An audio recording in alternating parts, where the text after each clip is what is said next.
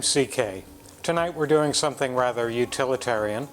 I'm going to be putting together a Eurorack power supply for the workshop area. I don't have a Eurorack power supply out here and I don't want to clutch something together, so I bought one from Thonk out of the UK, where I buy most of my Eurorack supplies, and we'll put it together. As you can see, I've kind of cheated and already opened the box, but I couldn't resist and help myself. Hope you enjoy it. Okay, let's see what's in the box and how we're going to approach this. Power supply, a wall wart, and of course I got the US 12 volt AC one. It's a Jameco product. That's interesting. Jameco's obviously a very good, well-known brand of electronics supplier. Let's get that out and that out. Look at the rest of the box. Nothing else interesting. So this gets flung away. And let's take a look at the circuit board first. And of course, as you can see, there's no printed instructions in the manual or in the box, which is fine, as long as the online ones are good. Put my visor on. So it's the Routemaster Frequency Central. Obviously, here are where you're going to put all the sockets that connect to Eurorack modules. Excuse me.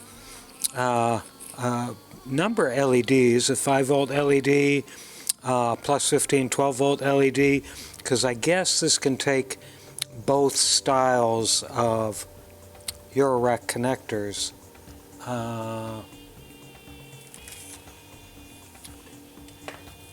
You've got the shorter one. No, actually, it only takes the shorter ones. It doesn't take the extended connector. Actually, no, it does. It takes both the short connector and the extended connector that's got clock signals and other things on it that most people don't use, but it exists. Revision 2, July 2016, so the design's about 5 years old, but that doesn't make any difference. If a voltage regulator or power supply, it either works or it doesn't. Looks like we've got input power here, and looks like 4 diodes to make a bridge rectifier. A couple of 3 smoothing capacitors, looks like. And then we've got LM337s, 2 LM337 voltage regulators. And they emphasize, put the heat sinks on the regulators before you solder. We'll see about that. Then, again, LEDs for power. And not quite sure what that is. Couple of resistors, couple more diodes, and these, and I'm not sure what those are. That's just my own ignorance. But that's the board layout. The board looks good, as I like to see. It's got great clear traces. The plating on the through holes goes through, which means, again, you're going to get a great solder connection. It's hard to get a cold solder joint when the plating goes all the way through. So that's that. Now let's look at the parts inside. Let me get rid of this piece of foam. Let me get one of my little pet food bowl parts trays. Here's the power kit, which has got all the capacitors, smoothing capacitors, got the heat sinks, got the voltage regulators, So that's one. Ooh. Some nasty machine work on one of those heat sinks. Let me take a look.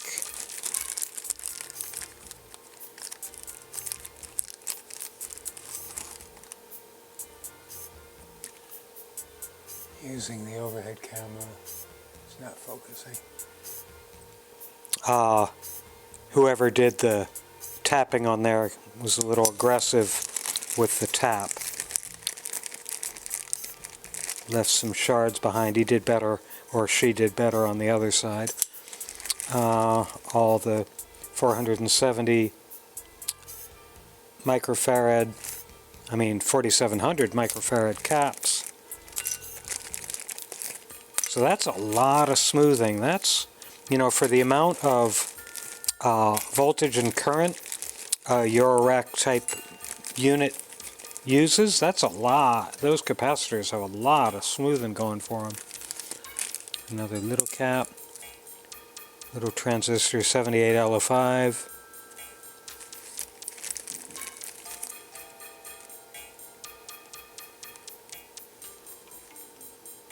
I'm not sure what these are. 104J100. So this all goes in one cat food bin. And a couple more caps and the screws to attach the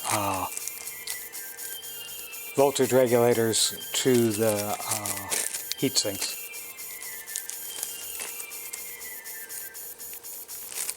And in here are the actual voltage regulators. I'm kind of surprised they put them in separate bags. They didn't all put them in the same place. So I'm going to grab another parts bin for this stuff, because this is the auxiliary stuff. A whole bunch of diodes. 8 altogether.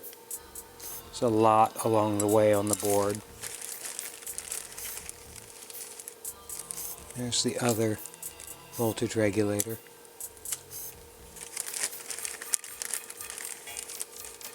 Then a whole bunch of places,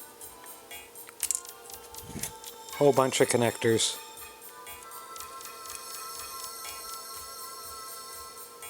Not sure, again, I still haven't gotten the hang of this overhead camera, so I think you can see that. Got a bunch of these to go in there. So this is not what we'd call a hugely interesting board to do. There's not a lot of variety, but it's very utilitarian, and I will end up with something that I can use, and that's even better than anything.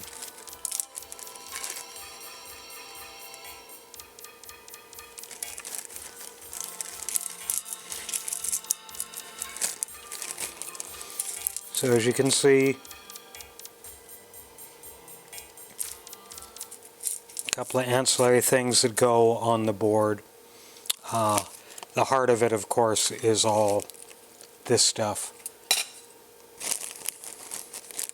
So what I am going to do right now is I'm going to see, even though it's pretty self-explanatory, I'm going to see if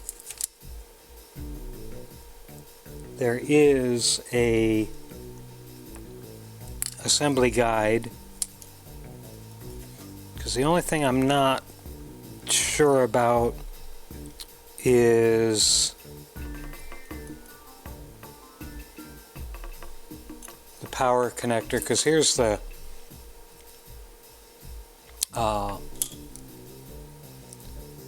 socket that the wall wart goes into, and it is interesting.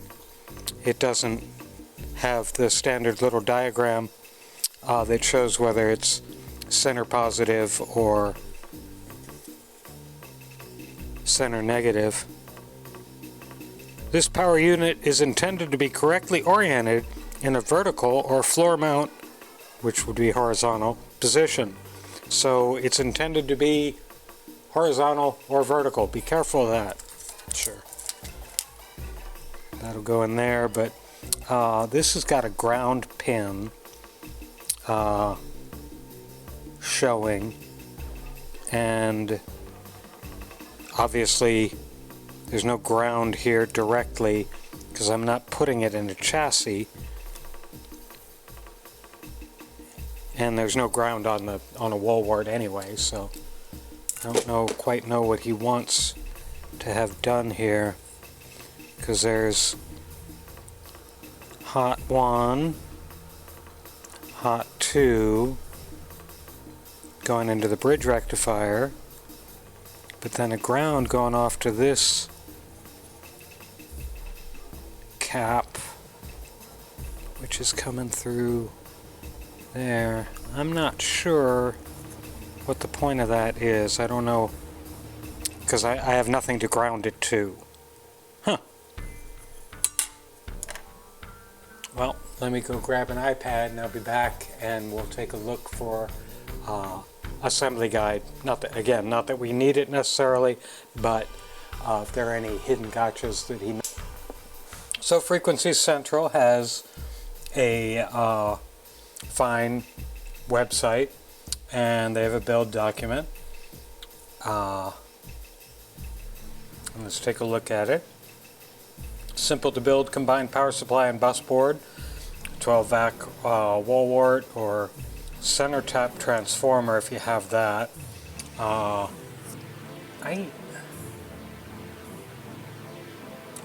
don't know if I do. Let me take a look. Because if I could go transformer, it'd be nice. I don't think I have. No, I don't have a 12 volt center tap.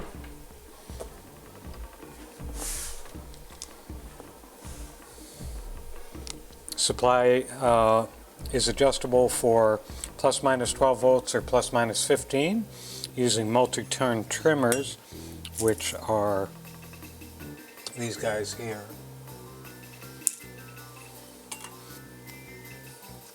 Okay, so for the wall wart, you use AC1 and ground, ignore AC2. Okay.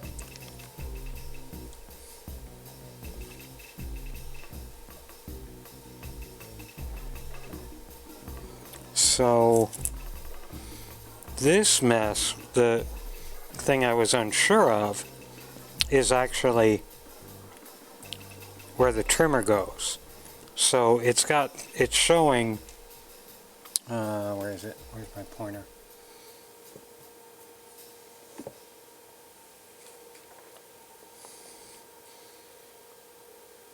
See right here, there are 1, 2, 3, 4, 5, 6 pins. However, it's just for a 3-pin trimmer that just drops in like so. So I'm not quite sure. I'm not quite sure why they did that, unless they had one of the flat trimmers, which has typically has some legs, support legs. Maybe that's what they initially drilled this out for, because like this hole right here, or let's say this. Well, no, they're all going somewhere.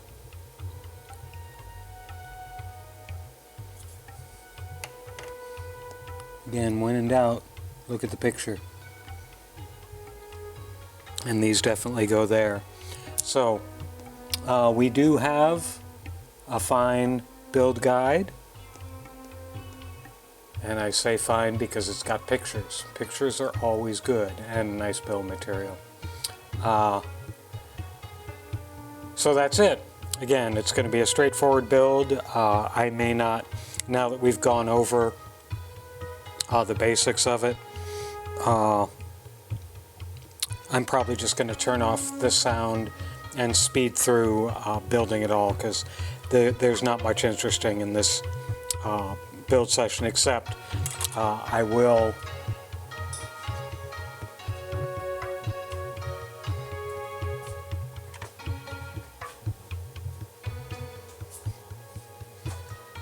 be using a little thermal paste on the back of the heatsink connection to the voltage regulators.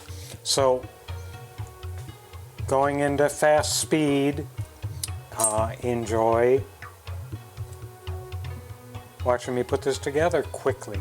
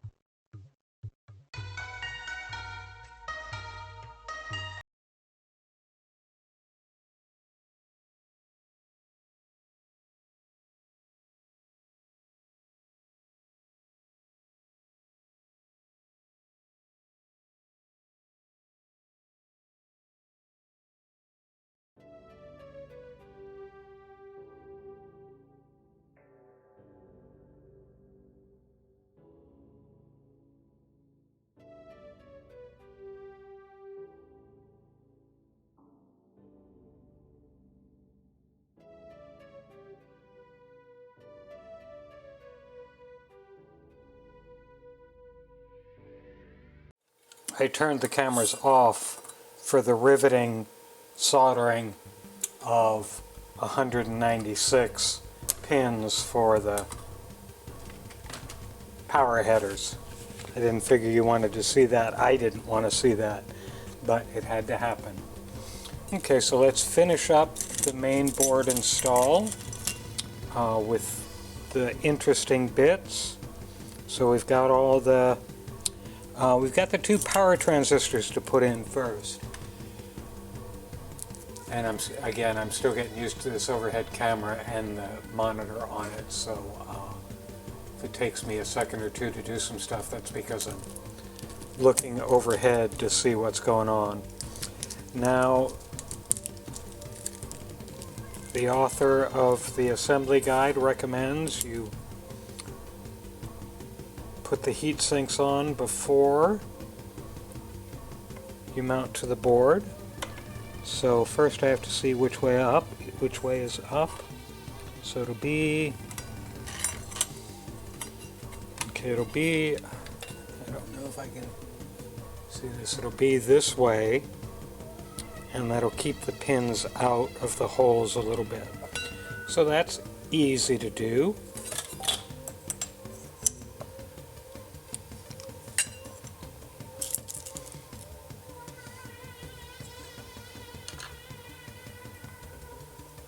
So first thing is we'll take a little thermal paste and put it on the back, and a little thermal paste goes a long way.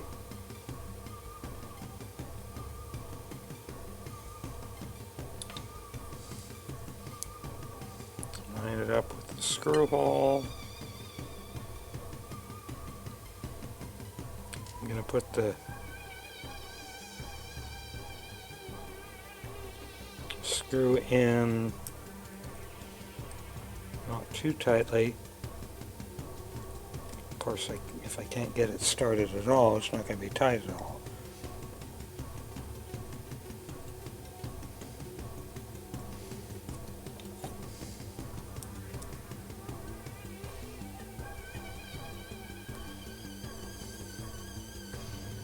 And you got to be a little careful here because this is stainless steel going into aluminum, so you could easily cross thread it if you try and force it. So just be gentle with it. Squeezed out a little thermal paste from the sides, and because this stuff is not nasty, but because it can get into everything and is a little messy, I like to wipe it off. So that's one, and I'll go ahead and solder one at a time.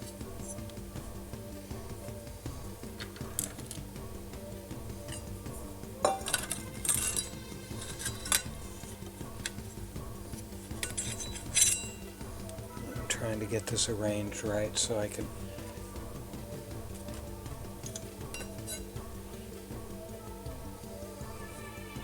solder it cleanly.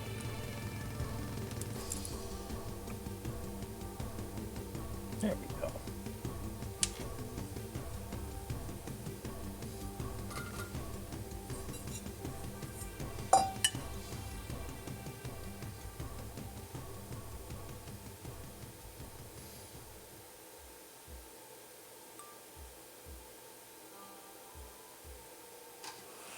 Well, let me check the alignment.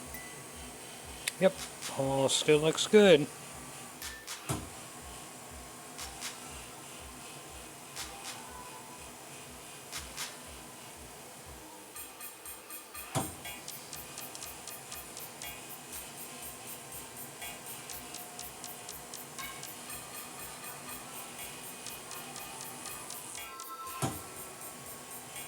That noise you're hearing in the background is the boost pump for my water system. I live in kind of a rural area here in California, so I have to boost my water pressure.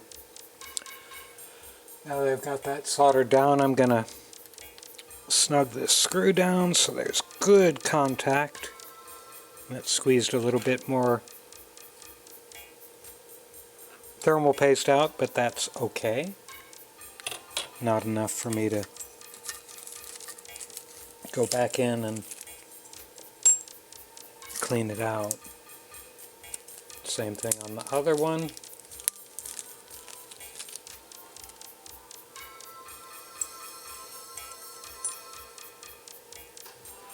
Thermal paste.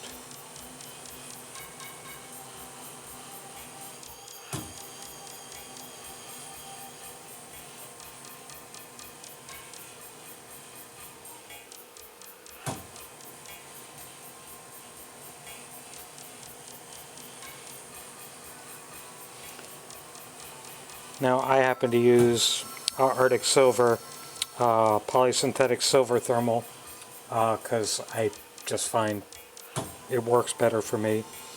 Next thing is, of course, putting the cap back on the thermal paste. Yeah, this is the one I mentioned. See if I can bring this up a little bit more, if it focuses. Can it focus for me?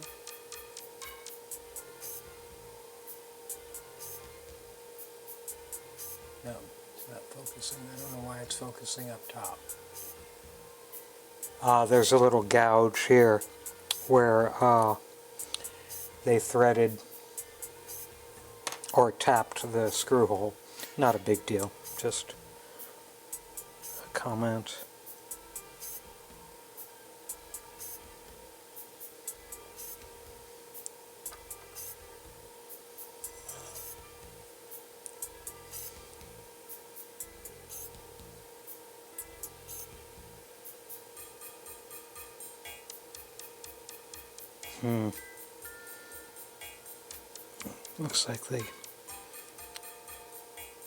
Looks like they didn't actually tap that straight.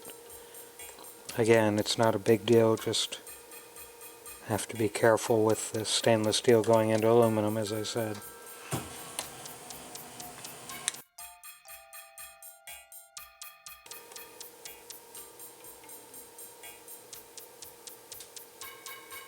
Not too much paste came out the side, so I won't wipe that one down.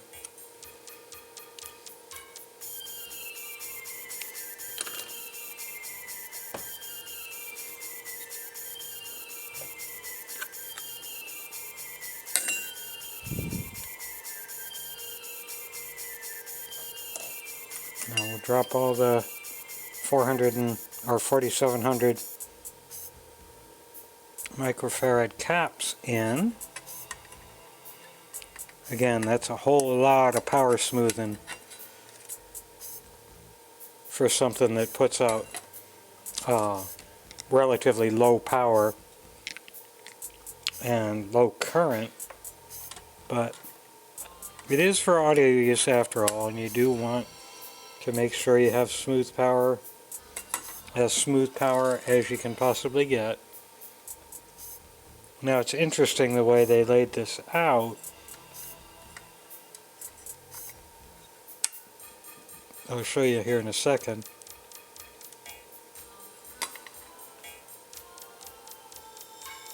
If you can see, all the capacitors, the electrolytics on this power line all have the negative stripe facing that way, where the smoothing caps all have the negative stripe facing that way. Interesting. I would have, just because of my compulsion for consistency in certain things, I would have done it the other way. I would have had all the negative stripes facing the same direction. Again, neither way is right or wrong. Just consistency is what you're shooting for. So when you're troubleshooting and you glance at the board, if something is inconsistent, it stands out to you really quickly.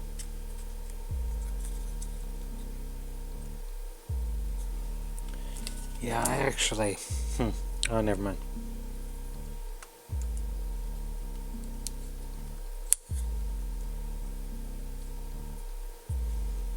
Okay.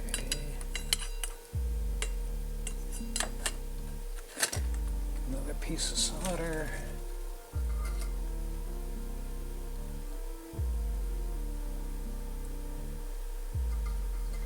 I'm actually going to check this side camera. The side camera's not showing anything. Sorry about that. We've been with the top camera most of this scene, probably simply because I didn't look at the side camera to see what was going on, so I couldn't cut back to it.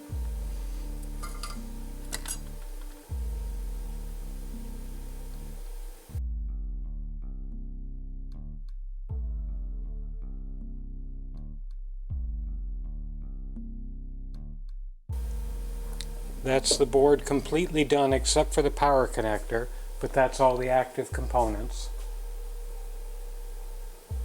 Pretty straightforward. Again, it's a power supply, nothing too unusual. Power supplies are pretty standard nowadays. Well, for 50 years. On powering this beast up. And there we go. We've got pretty lights.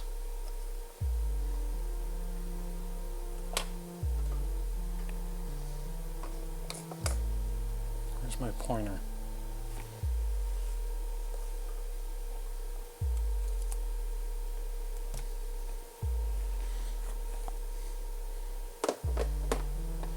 So we've got 15 12 volt, 15 12 volt, and 5 volt indicators lit up. There's no load on this circuit. So yeah, there's the 1512, 1512, and 5 volt. Oh, by the way, this is my pointer. As you can see, it's got a green stripe around it. It's plastic, it's non-conductive, and I mark non-conductive stuff with some kind of green, whether it's green tape or green Sharpie or green nail polish, whatever, just so I know. Okay, so we've got power, we've got pretty lights. Now I'm going to take a Eurorack module that I happen to have under the desk.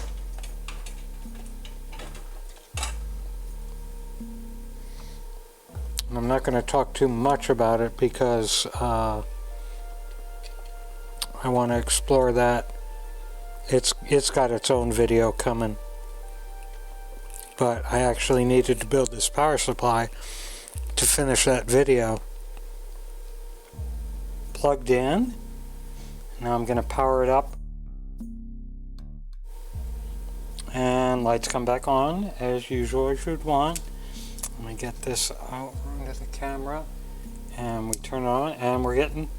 I don't have an audio setup here. When I do a full video of this module, you'll be able to see all this together and actually putting out sound. But it's working. And that's great. So we've got a Eurorack power module distribution center that we can put, that I'll keep out here in the workshop, or you could put it in your studio if you want to mount it inside a panel. It's very beefy. Again, the board design is simple because it is, quote, just a power supply, but it's well laid out. You've got lots of other solder points here if you want to connect other things to it. That might be fun. And the circuit board quality is very good. The component quality is all very good. So I think you'll be seeing this around other videos in the future. Hope you enjoyed it.